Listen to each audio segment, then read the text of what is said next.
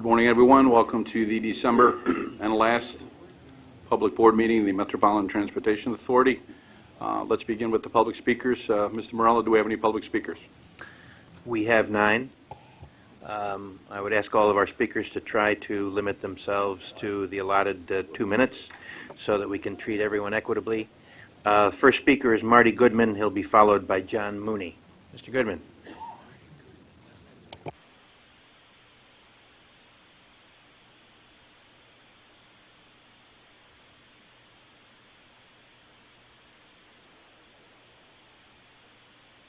Hello, my name's Marty Goodman. I'm a retired station agent and former E-Board member of Local 100. Please join transit workers at a special rank and file anniversary celebration of our heroic 2005 transit strike. It's 6 p.m. next Monday at St. Mary's Church on 126th Street, just east of Broadway. In 2005, transit workers defied the MTA, courts, and politicians to make our voices heard. The MTA and Wall Street thought the union-busting Taylor Law would leave us bound and gagged.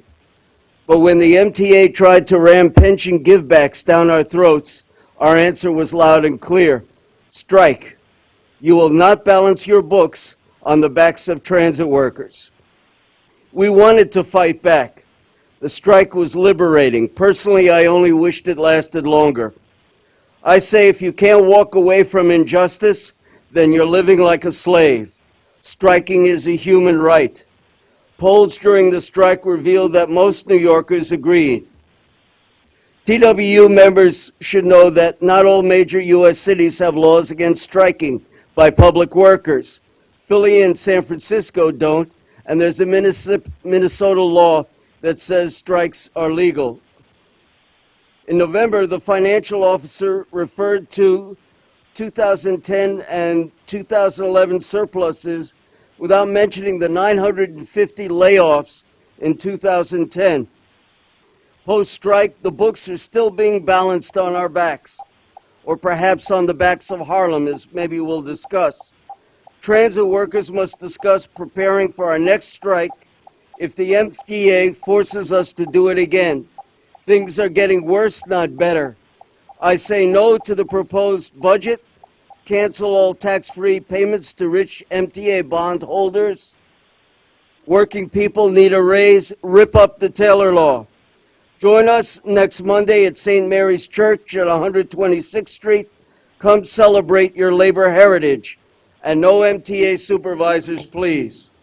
Thank you. Thank you, Mr. Goodman. John Mooney, please. John will be followed by John Denny. Mr. Mooney, thank you. Thank you, Marty. Station Agent John Mooney. That's correct. It's the 10th year anniversary of our strike, our great strike. Without the workers, the trains and buses don't run. Make sure you got plenty of money in next year's budget so that we can get huge raises. Because if not, it's going to be the same thing again. No contract, no work. Now, dealing with this budget, I see that we have a contract that I'm against in this proposal. Trapeze Software, a Canadian company that makes software that's going to replace the station agent, replace the customer service that we provide in the subway station. I am against that. I'm against giving away station agent jobs. I'm against giving away customer service. I'm against service cuts for the customers. I'm against Trapeze Software, a Canadian company that creates software so people can push a button instead of talking to a station agent. Push a button and then a call center picks it up and tells them where they gotta go. I'm against that. We need station agents in the subway to keep it safe and provide customer service. Thank you very much. Thank you, Mr. Mooney. John Denny. He'll be followed by Jameson Daig. I'm not a transit worker. I'm a retired postal worker. But I'm eagerly looking forward to next Monday at St. Mary's Church to celebrate the 10th anniversary of the great transit strike of 2005. I raised 2 families on my post office salary, and I have decent health care in my retirement. Why? Is it because a benevolent postal management gave it to me out of the goodness of their hearts? Hell no! It's because 200,000 postal workers walked off the job in an illegal strike in March 1970, risking jail, fines, and being barred from any future federal employment. I'm extremely proud of the 1970 postal strikers, and I'm equally proud of the transit workers who stood up against the boss class in 2005. But public sector workers in New York State have an unconscionable burden pressing down on them. Section 210 of the Taylor Law, imposing draconian penalties for exercising their right to strike. In November of 2011, Pete Donahoe of the Daily News reported that an agency of the UN had ruled that Section 210 of the Taylor Law constitutes a gross violation of a basic human right, the right of workers to collectively withhold their labor. Our legislators in Albany so far have been pusillanimous in their response to this ruling. Only 2 bills have been introduced in 2014, both of them which went nowhere, which would have granted limited limits on the sanctions in case the workers were provoked to strike by management. I call on the elected members of the New York State Assembly and Senate to act now, repeal Section 210, and bring New York State into compliance with international law and human decency.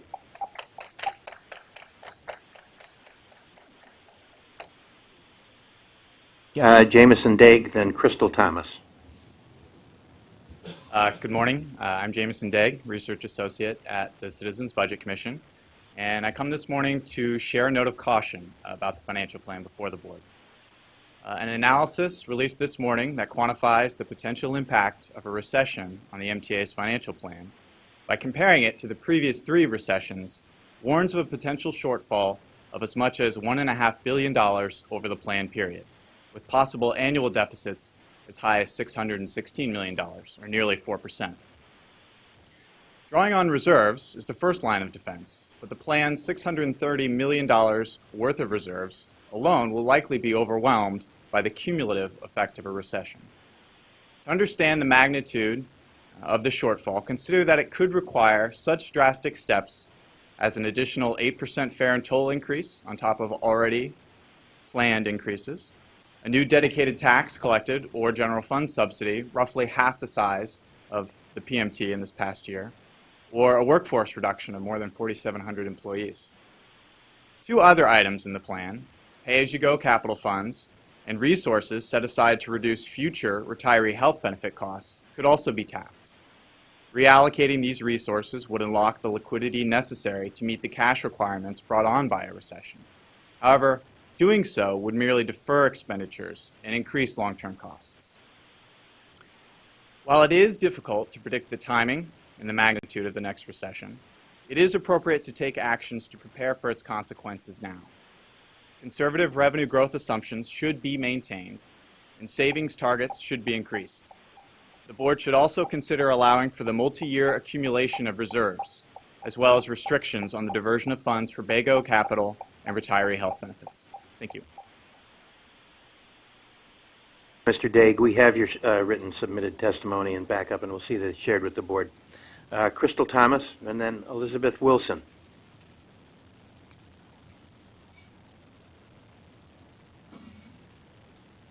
Good morning, everybody. I am Crystal Thomas, Chairman of Collegiate Congress, the largest student advocacy organization in New York City. Collegiate Congress is governed by Student Government Association presidents of colleges and universities in New York City. That means we represent the 800,000 students in New York City. First of all, the Collegiate Congress wants to thank the MTA for the services.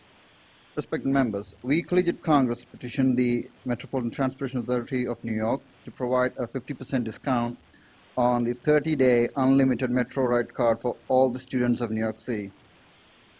MTA discount will provide us, the students, with a cost-effective way to commute to academic, work, and social purposes. Additional benefits to the City of New York will include greater use of environment-friendly public transportation, lesser traffic, better accessibility to campus and facilities, higher participation in city cultural events. We, Collegiate Congress, understand that the MTA may be concerned with the foregone revenue due to this policy. The Collegiate Congress also understands that MTA is going through a budgetary deficit, and the former speaker was telling about a recession that might happen. However, we believe that providing the discount for the 30-day unlimited Metro Red card will encourage more students to purchase the MTA card, that particular card, and will increase the revenue of MTA. To this end, we are also conducting a survey to understand the students' responsiveness to such a program. We hope this will enable both the MTA and students to work in a mutually beneficial and friendly manner.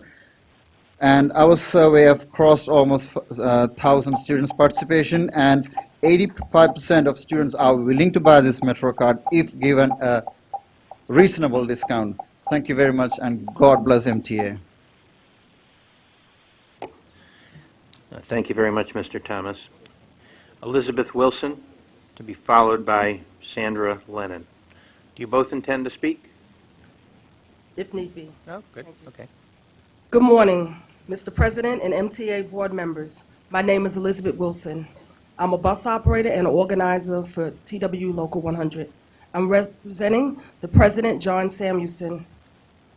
This is an update, the board, on the status of our collecting bargaining with GCS, Global Contact Service, the contractor which operates the accessoried call center, the MTA, for the MTA. We have made a number of presentations before the board regarding our ongoing efforts to achieve a first contract for this group of more than 500 workers. As we informed the board several months ago, we were on a rapid trajectory toward strike action against this company.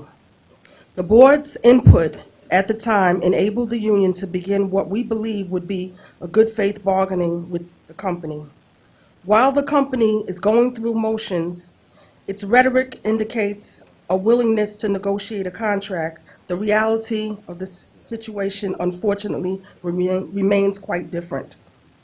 The company is steadfast, resisting the most fundamental article of any contract, bargaining agreement that is being the right of due process through grievance and disciplinary arbitration procedure. The company's unwillingness to agree in principle on the vital element of the contract is a serious impediment to the progress of all other important contractual items, including economics benefits. At this part, we do not yet have a timely path toward collecting bargaining agreement. And while actual face-to-face bargaining has only been going on for a couple of months, the company at GCS for unionization dignity for the workforce is into a second year. We cannot allow the situation to mend along such as a snail pace. Therefore, the union is re-energizing its preparation for a possible strike at this employer. By the time the board meeting, we will either be reporting significant progress in negotiations, or we will be announcing a countdown to a job action. Thank you. Thank you, Ms. Wilson. Sandra Lennon? Gonna pass? No, I'm giving it up. Okay. John Raskin, to be followed by Claire Holmes.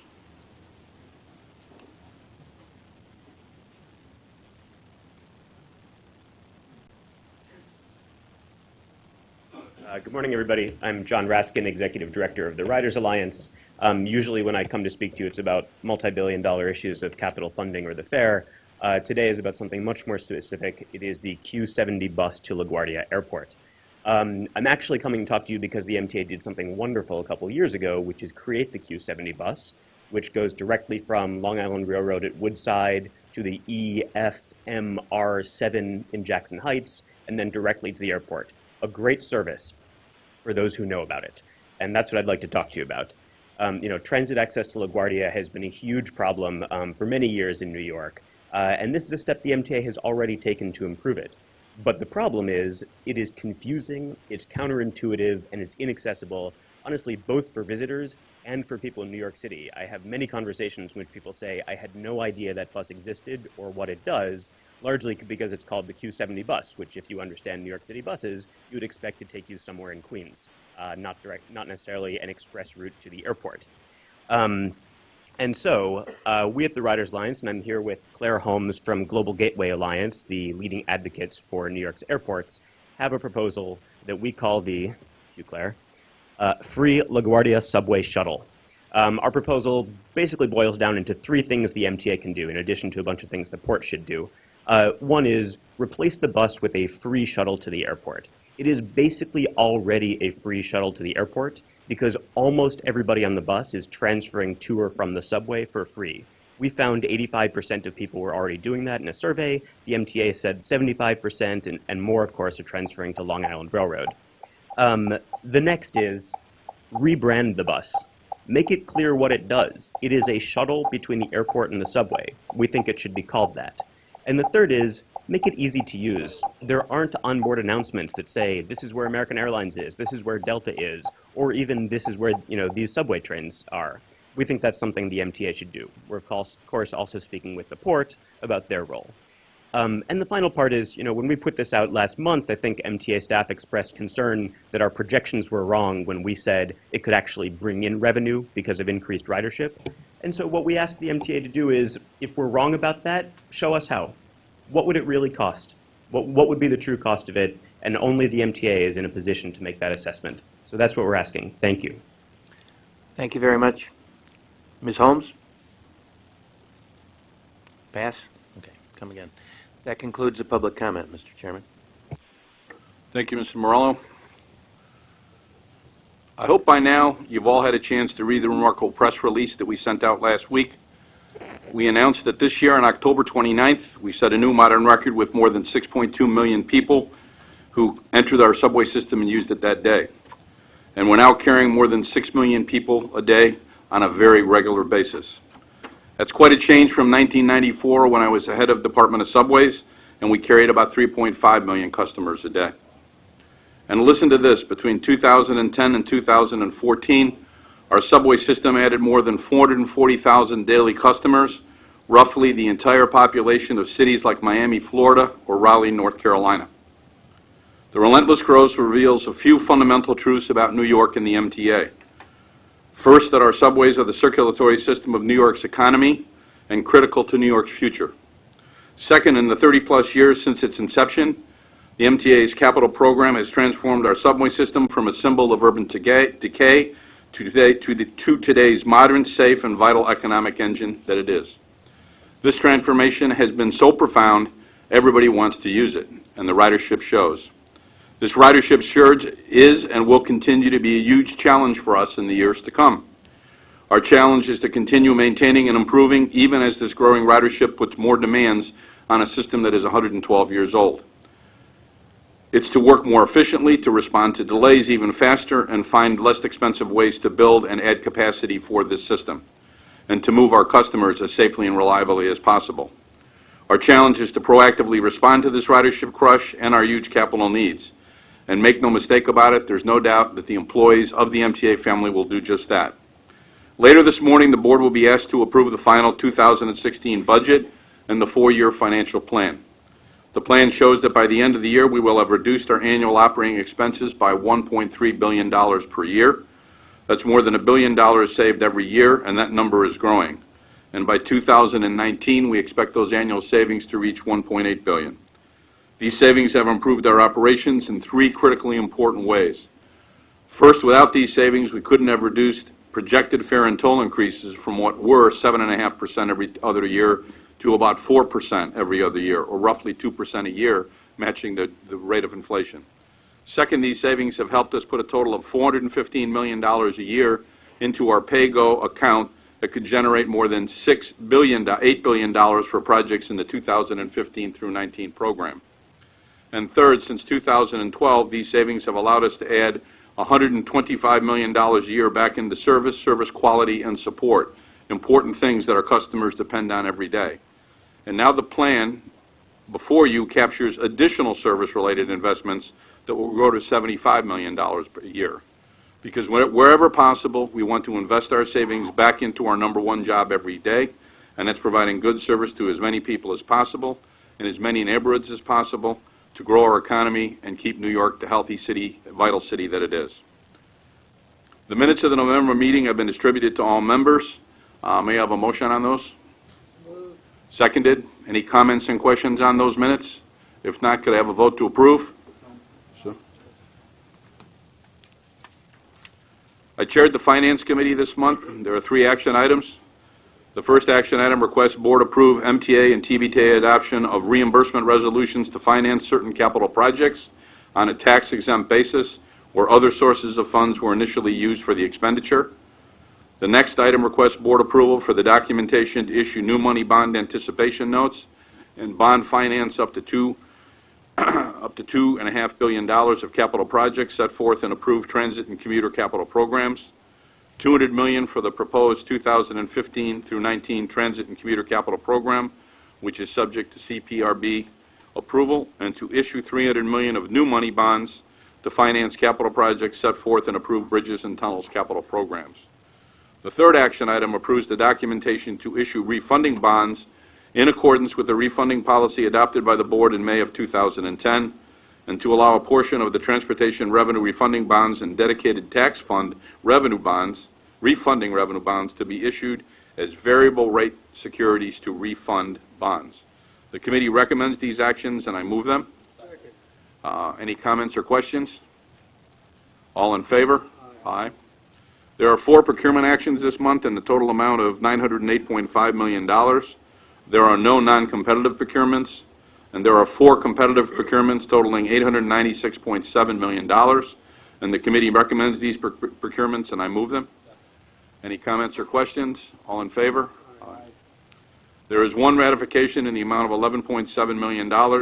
The committee recommends this ratification, and I move it. Any comments or questions? All in favor? Aye. There are 5 real estate action items which are described on pages 168 through 184 in the Board book distributed for this meeting. We will not vote on the license agreement found on page 181. The real estate item will be presented at a later meeting, and the committee recommends the 4 real estate items, and I move them. Any comments or questions? All in favor? The Finance Committee also considered and voted to recommend the adoption of the MTA 2016 final budget and financial plan for 2016 through 19. Board action on that item is on the agenda following the other committee reports. So we'll wait to have the discussion on that. That concludes the Finance Committee report. The Transit Committee report from Mr. Ferrer. Thank you, Mr. Chairman. Transit and Bus Committee met on Monday and reports the following. There is 1 action item. The action item requests approval for the renewal of retainer agreements with the Transit Adjudication Bureau's panel of 2 senior hearing officers. That item can be found on page 183 of the Board book. The committee recommends this action item, and I move it. Any comments or questions? All in favor? Aye. Aye. There are 6 procurement items in the total amount of $91.3 million. That begins on page 185 of the Board book. There are 4 non-competitive procurements, New York City Transit, in the total amount of $12.2 million. The committee recommends these procurements, and I move them. Any comments or questions on any of those? All in favor? Aye. I'm sorry? Is a vote a no on the... No on the bus procurement. Thank you. And there is 1 competitive procurement for $78.1 million for New York City Transit. The committee recommends this procurement, and I move it. Any comments or questions? All in favor? Opposed? None? There- That's the one, I think probably that's the one you want to vote no on, right? Yeah. Okay, the bus procurement. Right. There is 1 ratification in the amount of $1 million for MTA Capital Construction. That can be found on page 197.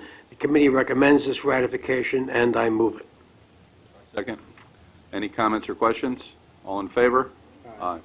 In addition, the Transit and Bus Committee considered and voted to recommend the adoption of the Transit and Bus Committee 2016 final budget and financial plan for 2016 through 2019. Board action on the agency budget has been presented with the adoption of the MTA 2016 final proposed budget for the 4-year financial plan for 2016 through 2019, following the other committee reports. This concludes the Transit and Bus Committee report. Thank you, Mr. Ferrer. The Metro North Committee was chaired by Susan Metzger, who will give its report. Good morning, Mr. Chairman and fellow board members. The Metro North Railroad Committee met this month and reports the following.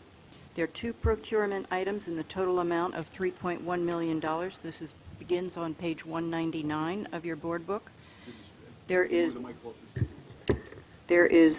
no, this isn't working very well today. Better? There is 1 non-competitive procurement in the amount of $2.9 million. The committee recommends this procurement, and I move it. Any comments or questions? All in favor? Aye. Opposed? None. There are no competitive procurements. There is 1 ratification on page 205 for $134,000. The committee recommends this ratification, and I move it. Any comments or questions? All in favor? Aye. Opposed? None. This concludes the procurements. However, the Metro North Railroad Committee considered and voted to recommend the adoption of the Metro North Railroad 2016 Final Budget and Financial Plan 2016 to 2019. Board action on the agency budget will be presented with the adoption of the MTA 2016 Final Proposed Budget and the 4-year financial plan for 2016-2019 following the other committee reports. This concludes the Metro North Railroad Committee report. Thank you, Susan. The Long Island Committee was chaired by Mitch Pally, who will give its report. Good morning, Mr. Chairman and board members. The Long Island Railroad Committee met this month. I report the following. There are 5 procurement items in the total amount of $22.6 million. There is 1 non-competitive procurement for the Long Island Railroad in the amount of $339,000. The committee recommends this procurement, and I move it. Second. Any comments or questions? All in favor? Aye. Opposed? None. There are 3 competitive procurements for the Long Island Railroad in the amount of $20.9 million. The committee recommends these procurements, and I move them. Any comments or questions? All in favor? Aye. Opposed? None. There is 1 ratification for MTA Capital Construction in the total amount of $1.3 million. The committee recommends this ratification, and I move it. Any comments or questions? All in favor? Aye. Opposed? None. In addition, the Long Island Railroad Committee considered and voted to recommend the adoption of the Long Island Railroad Committee 2016 Final Budget and Financial Plan for 2016-2019. Board action on this item will be presented with the adoption of the final proposed budget and 4-year financial plan following the other committee reports. And this concludes the report of the Long Island Railroad Committee. Thank you, Mr. Pally. The Bridge and Tunnel Committee was chaired by Alan Capelli, who will give its report. Good morning, Mr. Chairman. Bridges and Tunnels Committee met this month and reports the following. There's 1 action item on the agenda this month. The action item requests board approval of a resolution authorizing the acting president of the authority, or his designee, to take all preliminary steps to revise the authority's toll violation enforcement regulations.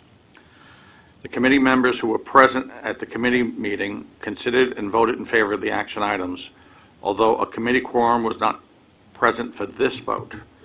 I move the board approve this action item. Second. Any comments or questions? All in favor? Aye. Opposed? None. There are 3 procurement actions this month in the total amount of $3.03 million. There are no non-competitive procurements. There are 3 competitive procurements in the total amount of $3.03 million. The committee recommends these procurements, and I move them. Any comments or questions? All in favor? Aye. Opposed? None.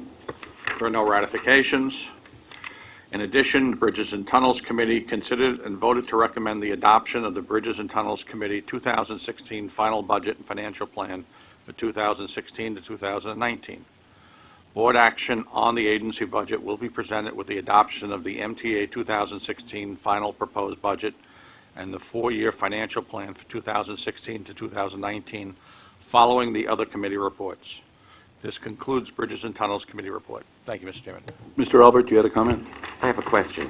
When does, obviously the new toll violation policy is in effect now. How long before it actually is put into place in the various bridges in the electronic toll locations? Mr. Spiro, if you could provide an answer, please. It should go into effect probably April or May for us. And there will be an instruction period Yes. with variable message boards to Yeah, alert motorists? there'll be yes, absolutely. All right, thank you. I chaired the Corporate Governance Committee meeting held this morning. There are 3 action items for board approval. The first action item requests board approval for the proposed amendments to the existing MTA All-Agency Code of Ethics. The next action item requests board approval for the revisions to certain existing policies at the MTA and its agencies to comply with the Public Authorities Law, Section 2824. And finally, the last action item requests board approval for the resolution establishing the Working Group for Capital Plan Projects and Special Complex Initiatives. The committee recommends these actions, and I move them. Any comments or questions regarding any of these? All in favor? Aye. Opposed? None. Now, as referred to in all the committee reports, we will consider the adoption of the MTA 2016 budget and the 2016 through 19 financial plan. At our November meeting, MTA Chief Financial Officer Bob Fran briefed us on the budget and the financial plan and materials that were provided to the board. I will now turn the floor over to Bob to introduce the action items that we will be addressing today for the 2016 budget, as well as the 2015 through 2016 through 2019 financial plan. Bob? Thank you, Mr. Chairman. Before you today, either in hard copy or electronic format, you each have the MTA 2016 budget and 2016 to 19 financial plan adoption materials. It includes staff summaries for consolidated MTA as well as for each of the agencies. It can be found in your director's desk electronically in the bookshelf in the Exhibit tab next to the Board Meeting tab. Please turn to the consolidated staff summary on page 1-1 of the adoption materials, which can be found on page 5 of the exhibit in the director's desk. Our purpose today is to secure MTA Board adoption of the accompanying 2016 final proposed budget in the 4-year financial plan 2016 to 2019, the November plan or plan, which includes approving the 2015 final estimate and plan adjustments and authorization of budget and plan adjustment initiatives and policy actions as set forth below in this staff summary. This document summarizes the November plan presented to the board for information purposes at the November board meeting, which projects ending cash balances of $289 million for 2015, $123 million in 2016, $36 million in 2017, and $55 million in 2018, with the projected cash deficit of $182 million in 2019. The highlights of the November plan are included in this staff summary. There are no changes from the November plan. Now I'd ask you to turn to page 1-5 in the staff summary, which is page 9 on Director's Desk exhibit, for the recommendations you'll be asked to approve. It is recommended by staff that the board adopt the 2016 final proposed budget and 4-year financial plan 2016 to 2019, which includes approving the 2015 final estimate and plan adjustments. The approval of the plan will supersede prior board plan approvals for this period. Note that the projected 2017 and 2019 fare toll increase proposals will require separate board action in advance of those dates. Authorize staff under the guidance of the Chief Executive Officer and the Chief Financial Officer to take actions to implement the subsidy and other adjustments set forth in the plan. Authorize staff to make an additional committed to capital contributions for the 2015 to 19 capital program of $200 million in 2015 and $125 million in 2016 and each year thereafter. To authorize staff to accelerate $300 million of its planned 2018 committed to capital contribution into 2015. Authorize staff to release the unexpended 2015 general reserve. At the discretion of the Chief Executive Officer and the Chief Financial Officer, these funds may be applied toward unfunded needs or to reduce long-term liabilities that will reduce recurring annual expenses, such as to reduce the unfunded pension liability associated with the Long Island Railroad additional plan. Authorize technical adjustment to MTA budgets and forecast of a non-material nature in the February plan, authorize adjustments of MTA budgets and forecasts to reflect labor settlements approved from time to time by the board, and approve additional policy actions, including budget and cash management, as has been done in the past budget adoptions, including the following items: to advance bridge and tunnel operating surplus, to use MTA MRT2 corporate account monies, to use payroll mobility tax and replacement funds and MTA aid, and with regard to interagency loans, to authorize the Chief Executive Officer, the Chief Financial Officer, or their designees to enter into interagency loan agreements among the MTA, its affiliates, and subsidiaries. Any such interagency loan must be repaid no later than the end of the next succeeding calendar year. To use stabilization reserves for the prompt payment of contractual obligations for both operating expenses and for debt service. And with regard to the GASB contributions, the Treasurer is authorized to use GASB fund to enter into either intra-agency or interagency loans.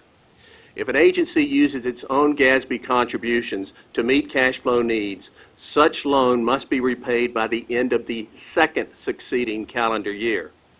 If GASB funds are used for interagency loans, such loan must be repaid by the end of the next succeeding calendar year, consistent with the interagency loan provision that we just discussed.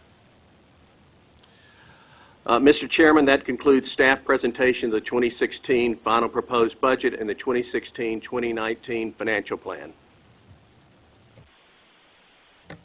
Thank you, Bob.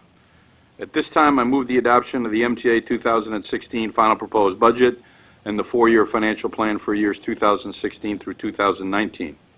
This includes approving the 2015 final estimate and all plan adjustments, the individual agency budgets, financial plans, authorization of the budget and plan adjustments, budget and cash management actions, and other staff actions, all of which are presented in greater detail in the budget staff summaries that were contained in the board materials. Is there a second? I'd now like to open it up the floor for discussion on any of the items related to these two approvals. Mr. Albert? I asked this, I guess, in transit, but I'm asking again in regards to the R-179 fleet procurement, inasmuch as there is a substantial delay in delivery of those cars to New York City Transit, are we getting any kind of break on price from Bombardier? I would rather not go into any details with respect to what actions we will take in the confines of a contract. Okay. But we take the delivery dates of the committed to contract very seriously. The most important thing we do is hold them to those dates because it's important we get those vehicles there. If they can't, there are provisions in the contract to exercise penalties, and there are other means available to us to try to get value in kind. And all of those issues, in a general sense, are on the table. Mr. Capelli?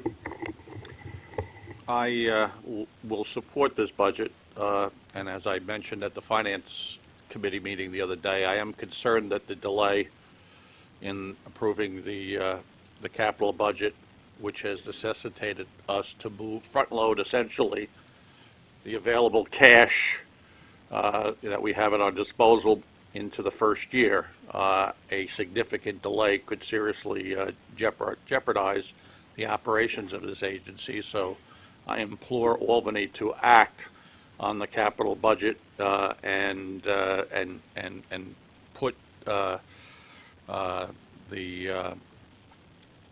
fiscal health of this agency in good order by doing so as expeditiously as possible. I would also note that this budget does anticipate a percentage increases to meet up with cost of living in terms of revenue, and I believe that that is a worthwhile concept, although I do not personally support the rise in tolls to be proportionate with the rise in fares, since the numbers are significantly different. and I believe that there needs to be the same element of a person's ability to pay and its economic impact on that the same way that that is at least considered amongst board members with the tolls. But with those caveats, I do support this. Thank you. Thank you, Mr. Capelli. Any further or additional comment?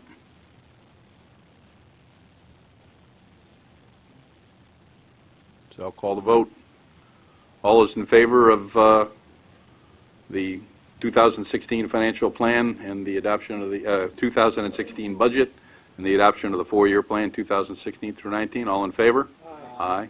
Opposed? None? Fine. I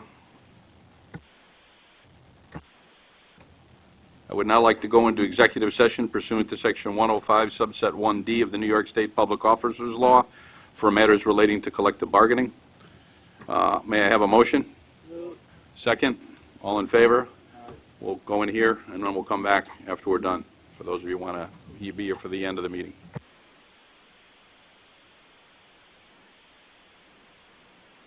Back in session, in executive session, we dealt with a number of labor issues. One was a pension, and the other were collective bargaining agreements. They were voted, and they were all approved. Now I have a motion to adjourn the board meeting. Second? All in favor? Aye. Thank you very much. Have a happy holiday.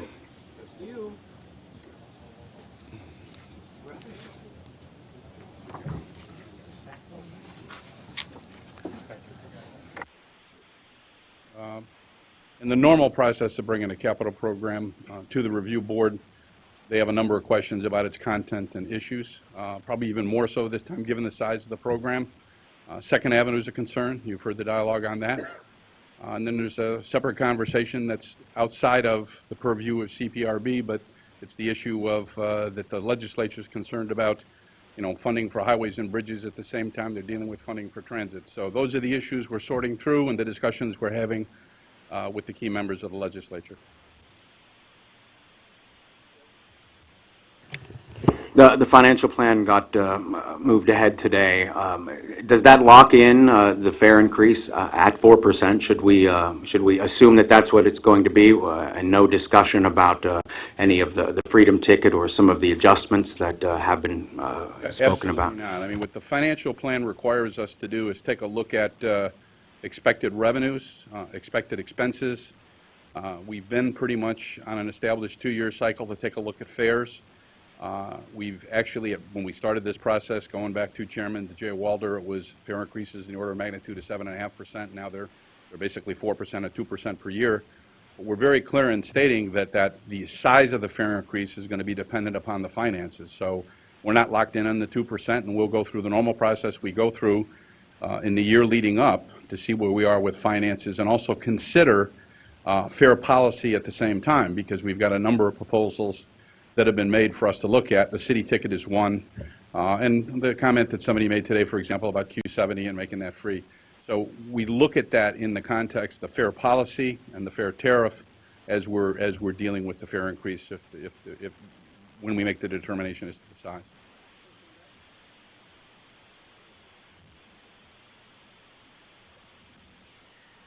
I have two questions because one of the reporters who is normally here is on jury duty today. The question from Andrew Siff is, how confident are you that the Second Avenue subway is going to open on time, and are you concerned that any delays will erode goodwill you've built up with riders? Well, first of all, it's very clear we've got a discussion on the second phase.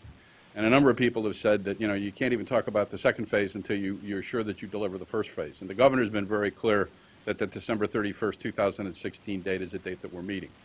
So we're doing everything to make sure that that's the case. And right now we're confident. But there's risks with anything that we do. But we're confident we're going to meet that December 31st, 2016 date for Phase 1 of 2nd Avenue. And the NTSB docket just hit today on the Valhalla crash. Do you have any initial reads? Is there anything that your staff has flagged in that has made you want to go back and take a closer look? I mean, we know an awful lot of the information we provided, but we don't necessarily know all of it, because that's a exhaustive document, I'm sure. Whenever you have an incident of that nature, that visibility, and that impact on lives, the loss of life, you do an awful lot of inner looking. And so grade crossings are a high priority for us. We actually stepped up a number of initiatives with respect to grade crossings and taking a look at them system-wide and categorically ranking them in terms of seriousness. And that's what we're dealing. But it's still too early to tell because the docket, I think, just got open within the last few days. It did look like one of Three. the crossings weren't in compliance with regulations, and I know that that's a DOT issue and not an MTA issue, but how closely are you working with the state DOT right now to make sure that these I can't comment on that, whether something's in compliance or not. I haven't read it. But whenever you deal with grade crossings, you have to deal with the local municipality and you have to deal with the state because they have jurisdictional responsibility in different ways. So at a minimum level, there's three parties. There's the railroad, the local highway jurisdiction, as well as the state highway jurisdiction, and there may be other parties as well. And in our case, we brought in a third-party expert on grade crossings. Yes, I wanted to ask about the memo you sent to board members a little after Thanksgiving, and as it relates to transit service, the state of it, because as you mentioned, the capital program is where the biggest efforts can be made to accommodate growing ridership, but then there's talks about different things, different initiatives you can do around the margins. In the memo you sent to staff, it said you want to have a more, I guess, maybe open dialogue. What does that mean in real terms for these ideas? What is the MTA staff going to do now when a board member comes forward with an idea to, as has been mentioned, help a rider out, make a little bit more of a comfortable ride at the margins? If you're referring to the memo that I sent out, making sure people, when we were responding on the press side of the House in terms of how we were going to handle an inquiry or a suggestion about a proposal, is that the email or the notice you're talking about? Okay. First of all, we're in the business to provide public transportation. This is a service many people are dependent upon. For my entire career, it does not operate with a profit. It's operated with a deficit. And the idea is that, we don't go out of service just because we're going to operate at a deficit. We try to manage that deficit and get subsidies to make up. But we're here to provide service to people. If the only services we said that we're going to provide are those that make money, we would have a vastly different service network here. And that's not what we're all about. So it's reminding staff of the importance to take a look at any and all proposals that come across the threshold from a standpoint of, does it make sense to do? Is it within our purview? And how can we make it work? Can we make it work? Do an assessment of the relative merits, pros and cons, and provide that information to the board so they can make an informed decision. Issues regarding service, tariff, fares, and procurements are board purviews where informed decisions are made by the input of staff. So staff should be unbiased in their view of it from a standpoint of boiling down what the pros and cons are, the merits, and how it could be financed, and let the board make that decision. I was just kind of reaffirming in people's mind that was the role that they should play. Hey, another question on Valhalla. You said that you were ranking the crossings in terms of seriousness. What's the goal of that, and what are some of the solutions that would be considered? What's the general scope of the work with this consultant? At a very high level, let's just, I think there's like 296 grade crossings in Long Island, and there's 130 or 40 at Metro North. Ideally, most systems built today don't have grade crossings because you eliminate the hazard. But through education, enforcement, and engineering, you try to apply different things to try to address hazards that are there. And from an engineering standpoint or a warning standpoint, you try to prioritize the crossings that have the most serious hazards. And you do that through a process when we're doing that with a third party to make sure that we can take a look and see which are the high-profile crossings that we need to address. I'm curious how much the Senate Republicans and the upstate sort of demand for infrastructure funding parity are playing a role in the delay of getting the capital plan approved up in Albany. You want me to comment on that? Yeah. You'd have to ask them. My job is to, seriously, I'm not trying to play games. My job is to make sure that we're submitting a program that is aligned with the priorities we have in terms of renew, enhance, and expand, renew, state of good repair, enhance, improve the level and quality service, expand, provide additional capacity, and that we have the right set of priorities and revenues to be able to fund that and address those issues that are within our control. So if there's a question about why this project over that project, we've got a responsibility to answer that. If somebody says, is that really enough money for that project, or you've got too much money, we got to answer that. Issues regarding Second Avenue, are you really committed to doing it? Second phase, are you going to do it as fast as possible? And do you have the appropriate money in place? That's ours.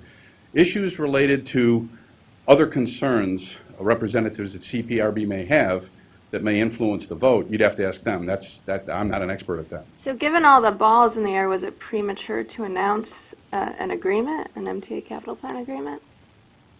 No, I mean, when you get agreement among the principals, you have agreement among the principals, especially on the funding sources, and then you bring the forward. But the only difference this time versus other times was we're a little bit further into the program, but we've never had a program this size. It's $26 billion. So, it's extended and the dialogue is a little bit longer. But no, it wasn't premature in any way, shape, or form. So, the board just approved the fiscal 16 budget, or the 2016 budget, after the public had a month to digest the report, or the preliminary budget, the proposed budget, before the adoption. When you brought the revised capital plan to a vote to the board, it was released after the vote and released to the public and the press, but the public after your press conference and after the vote. So I have two questions, or two parts to one question. Why was the capital plan released after the vote and after the press conference and not before? How was that decision made? Who made the decision?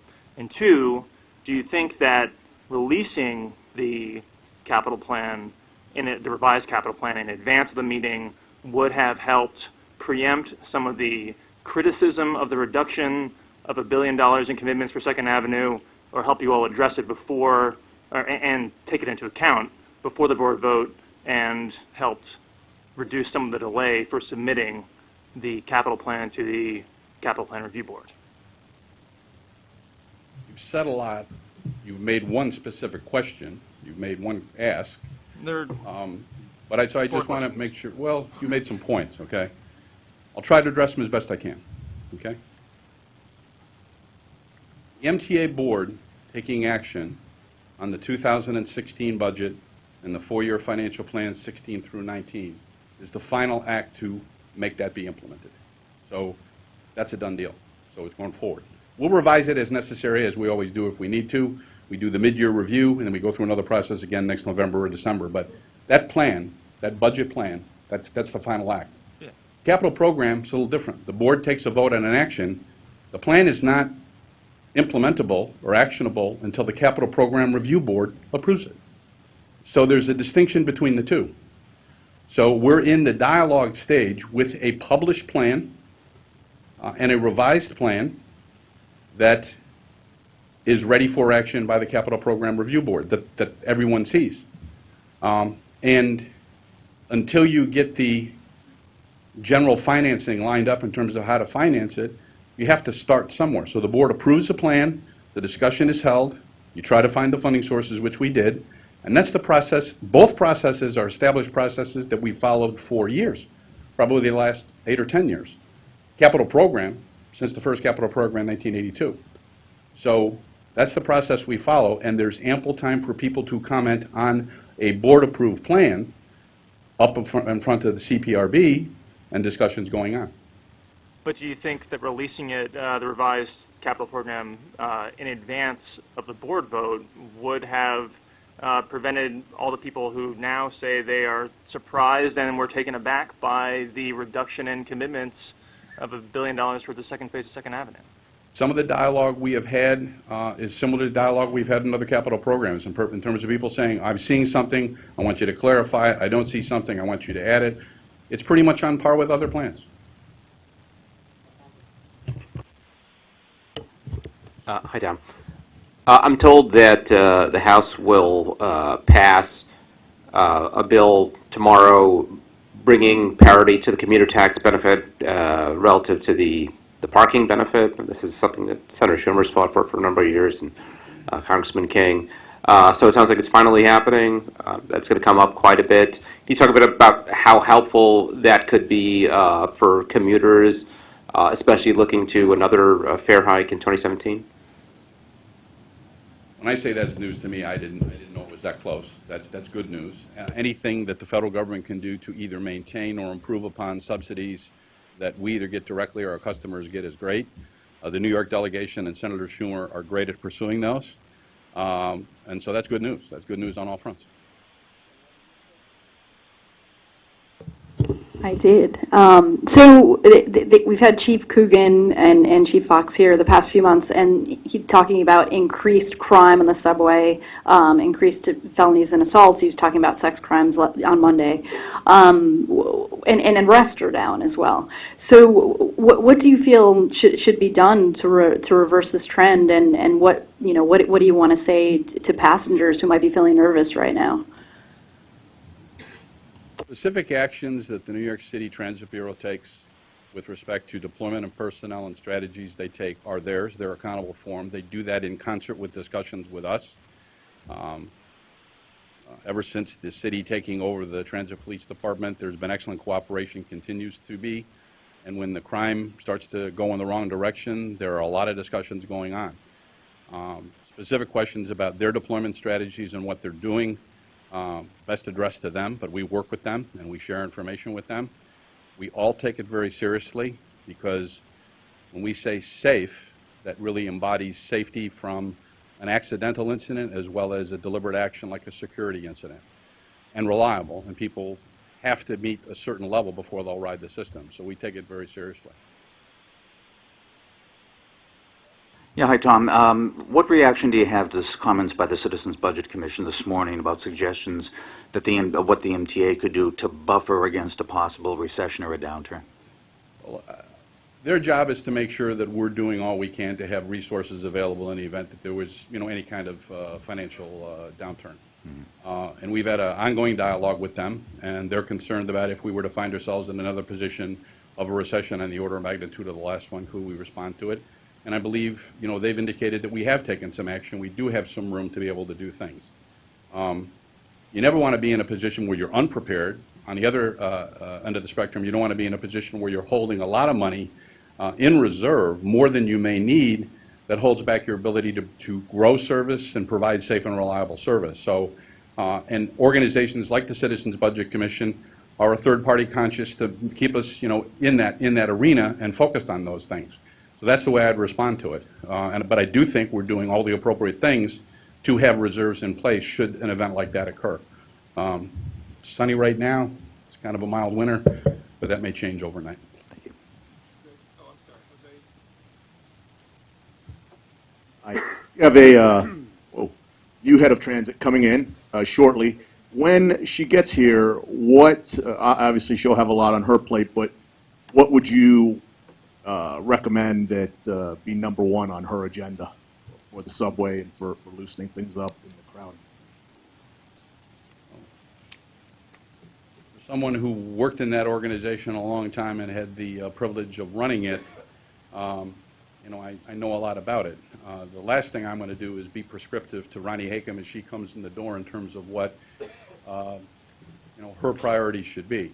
She would not have been selected to be the president of New York City Transit if I didn't have a feel, and the other people that I made sure know, that I convinced that she has a feel for what those priorities need to be. She's a seasoned transit professional. She spent an awful lot of time in the MTA family in a variety of different areas. So eyes wide open, she knows what she's assuming in terms of considerable responsibility, but the means and ability to manage it. So there's no one thing that I would single out and say, you have to deliver service every day that's safe and reliable. You have to get capital project work done. You have to live within a budget, and there's no one of those items or subsets that takes any higher precedence over another. Did you say wow when you saw the record ridership numbers?